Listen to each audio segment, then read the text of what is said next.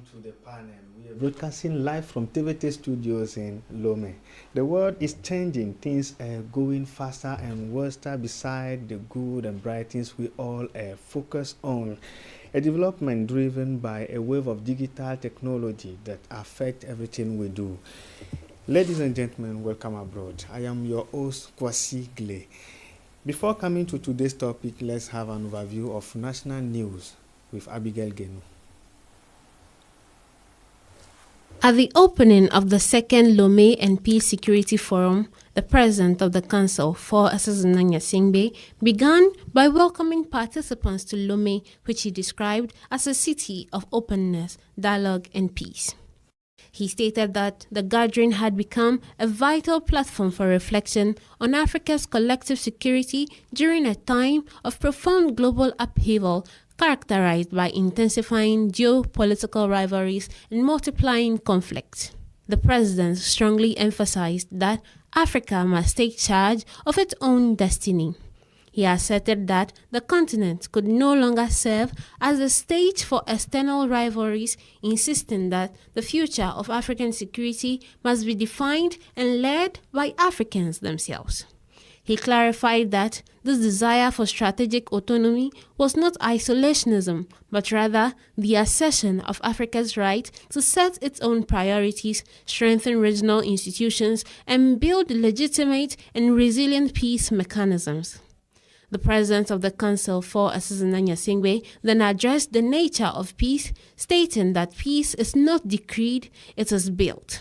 He explained that peace thrives on inclusion, justice, and social cohesion, noting that instability emerges when communities feel excluded. This conviction, he said, was why Togo placed social and territorial inclusion at the heart of its security policy, ensuring equal access to essential services like education, health, and employment. He stressed the urgent need to shift from reaction to prevention regarding security threats. The President of the Council highlighted that threats like terrorism, cyber attacks, disinformation, and climate insecurity demanded anticipation, regional coordination, and investment in early warning systems. Finally, the President of the Council addressed the necessity of sustainable financing for peace. He declared that Africa must develop its own financial instruments and advocate for international financial reforms that will treat security spending as a global public good. In conclusion, the President of the Council expressed the wish that Lome will remain a beacon of clarity and action, a space where Africa spoke with one voice for peace, sovereignty, and shared responsibility. He ended by urging the participants to work together to build a continent that was strong, stable, and at peace with its health and the world.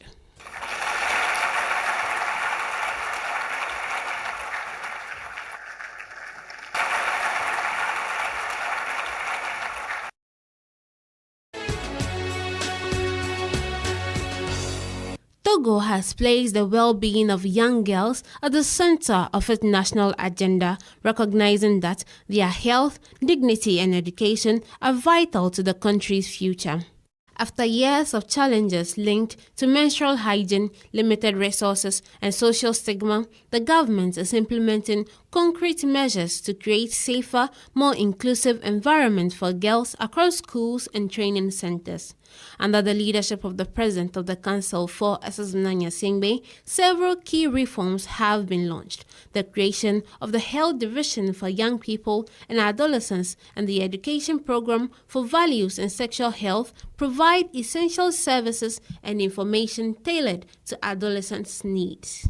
The Integrated Strategic Plan for Mothers, Children, and Adolescents further aligns health and education efforts while improved school infrastructure, such as separate toilets for girls, promotes hygiene and dignity. Beyond health, Togo is tackling social barriers through the national program to combat adolescent pregnancy and marriage, helping girls remain in school. Affirmative actions also foster academic excellence, leadership, and employability.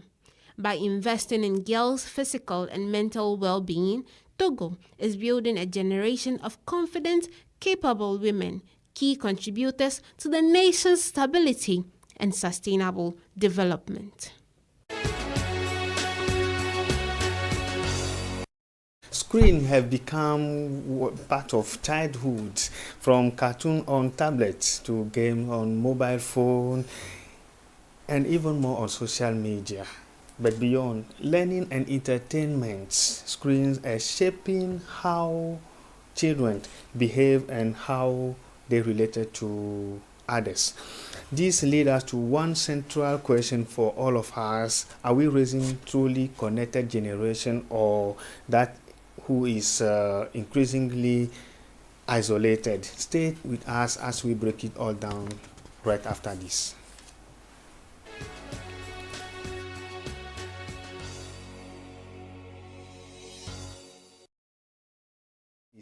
Tonight's topic is a big one, especially what concerning building a bright and strong and skillful future generation. Early excessive use of screens impact on children behavior and relationship, and we are joined by distinguished experts to share insight on the important and timely topic.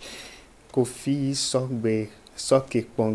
Kofi Sokekpongbe, he is a director of the Baptist World Alliance Horizon Leadership Training for Africa. Please, you're welcome. Thank you, Dr. Gay. Yes. So let's get right into the topic. Sure. And to start, can you give us an overview on the situation on the field concerning the early and excessive use of screen by children? Yeah, I think before we get back to the fact that we have to tackle the children, we need to consider the reality of the fact that today the use of screen, something that everybody is exposed to, and we are all condemned to do that, to the extent that we have some statistics that shows that in a day, on a daily basis, we have youth, the next gen, you have the Gen Y, Gen Z, they can touch their screen for more than 250 times a day. Right. Just to explain how critical the situation is. Before anything, I would like to just give an overview of the fact that today is like we say, if Mohammed doesn't go to the mountain will go to Mohammed. We are all exposed to the screen. So I would say we are the screen generation, because even writing on the program, like what you just broadcasted, the president of the council, the activities are conducted. Somebody in the village somewhere with data on the screen is capable of going online and watch what's going on right away. So we are the generation of the screen. Whether you are in your house, you are outside, in school, everywhere, screen just like imposes to everyone, and we are condemned to live with the reality of the screens. And now coming to the topic, talking about the early and excessive use of the children. I'd like to give you two simple stories, if you allow me to do so. We are one day speaking in a gathering where an old man say, I'm a BBC, not the British Broadcast Corporation, but he say I'm a born before computer, because what you guys are doing today, everything is digitalized. You are a screen guy. Recently, I was traveling to a very far country, which took me more than 25 hours in the air before I reached my destination. And guess what? When I got to the last airport, last airport, I realized that there were two ladies who were speaking, have West African accent, not from Togo, definitely. So I tried to be very closer to them. And before we had like 5 hours, layover in the airport. Can you believe me that you need to go somewhere and tell you go and you have to scan the QR code to be able to see what is the next, the gate, etc. Guess if those ladies are not capable of using, the phone, to touch the phone and to have, this QR code reader, etc. So everywhere we go, we are, exposed to the use of the screen. Our daily life imposes that. And the last example I wanted to give is, I was 14 years ago in a conference doing translation for these very highly educated theologians from the whole continent of Africa. And one of the guys, the moderator, was sharing that it's happened once in their life that a strange bird came to lay on their compound in their house, and he doesn't know, despite his PhD, because he holds the PhD, his wife holds the PhD, and then he doesn't know the name of that bird until they are 14 years old girl a teenager took the phone, took a picture of that bird, put it in the Snapchat, and a friend of that girl somewhere in Colombia. But the thing is happening in Kenya. Yeah. And that friend of the daughter has been able to solve this enigma, to explain how critical it is today that we are interconnected, that we are always on the screen. So to explain that whether you say you are born before computer or not, we are the generation of the screen, and we need just to know how we really use that, to be able to be social beings. Yes. But a second question, does early exposure to screens make children more aggressive or distracted or socially withdrawn? Oh yeah, definitely. Because I think recently I was telling a friend that we are living a generation where, I don't know, it's happened to you sometimes, you are feeling on things online, and the machine will ask you whether you want to certify that you are a human being, you are not a robot. Yes. A robot asking you whether you are a human being. It's so funny that this is so ridiculous. It is how it goes. And we're exposed, and the more we are exposed to this world, the more we think that this is where we belong to. Meanwhile, we are missing somewhere. We lack this kind of human warmth that we're supposed to be in the community of the people. So if we abandon our children, just be exposed to this world of the screen, whatever they are seeing, like we said, monkey see, monkey do. So they think that what they're seeing online or what they're seeing on the screen is reality. Yeah. The best example I ever given is that cartoon where you see that boy using like an umbrella jumping from the wall. And when your little child see that, he think it's possible for me also to take an umbrella and jump, up the top of the wall, to know that at the end of the day he just scratched on the floor. Yeah. So yes, the more they're exposed to the screen, they see and they find themselves in the world of what's happening behind the screen, and they're trying to identify themselves to that, and that can create some situation of aggressivity, like you were saying, anxiety, and sometimes can also give them joy, because not only negative part of the thing, but they go to also acquire what's a positive, what is like carry out in the programs, in the cartoons or whatever it is. Yes. And what behavioral pattern do we see in children who spend more than 4 hours daily on screen? Yeah, I think this is one of the challenges that we have in our society today, because like you were explaining, like my kids, I've taken their tablet from them away. They have access to it for the limit, a time. But the thing is, the big question we're asking is there any possibility for us to prevent that? Because wherever we go, whether now in school, in the street, or whatever, in the airport, like I was explaining, we are all exposed, compelled to the use of, to be using those gadgets and the tablet, being exposed to the screen.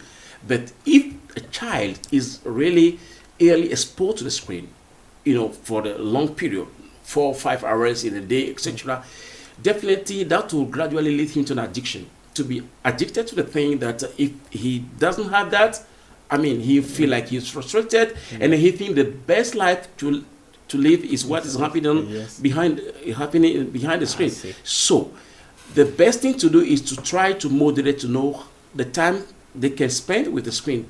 But they also needful to understand that when they're exposed to the screen, the light, this white light of the screen, they also have some deterioration on their system, the health as well, with their eyes. So if they are more exposed to the screen, that's also is not adding something positive to the health, to their education as well, because that can also create, if you are exposed to the screen, for instance, before going to bed, and then you put off the light, and then you are using your screen on your phone, research has revealed that that will reduce your chance of getting asleep hours before you can, before you get sleep. Right. So we should not be allowing our children to be too exposed to the screen. It's something that we cannot avoid today. Yes. That's true. But we have to do our best so that we know how we can moderate that, how we can really manage that, and so that they cannot just be enslaved by the use of the screen.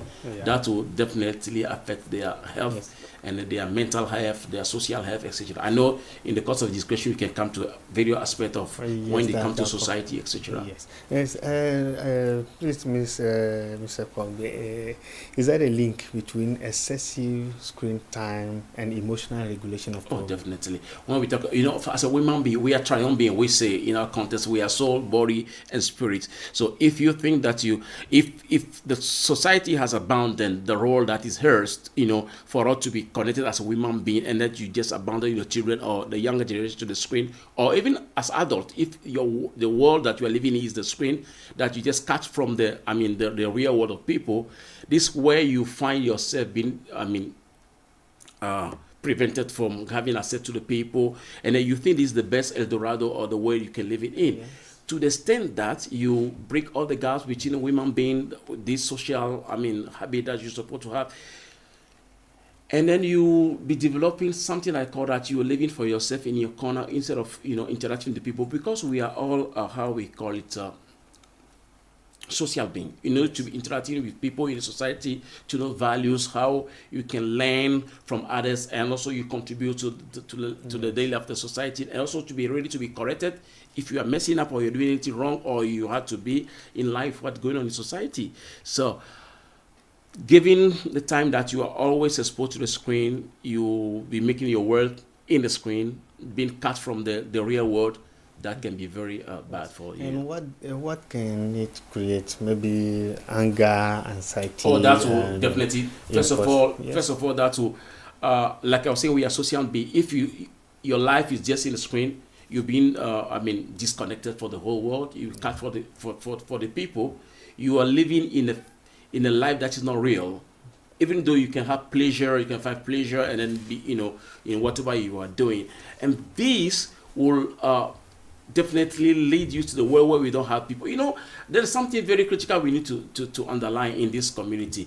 You cannot just live on your own in your corner without having this kind of connection with the human being to interact with them. If the screen is the world where you live, that means you have to face all the consequences. You'll be surprised that people, because of the screen, what's going on there, will face some disappointment that will lead them to suicide.